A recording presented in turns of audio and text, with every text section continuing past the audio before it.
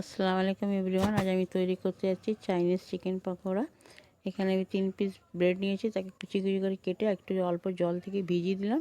দিয়ে তারপর এতে আমি 150 গ্রাম চিকেন ছোট্ট ছোট্ট করে কেটে নিয়েছি, বোনলেস চিকেন।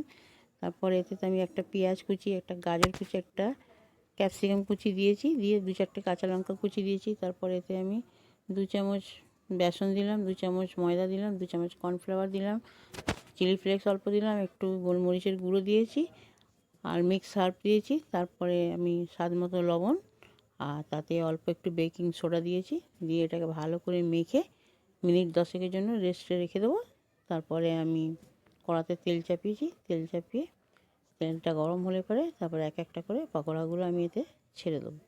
ছেড়ে দিয়ে ওলট পালট করে লালচে করে ভেজে নিয়ে তুলে নেব। তাহলে আমার চিকেন পকোড়াটা সার্ভ করার জন্য রেডি হয়ে গেল।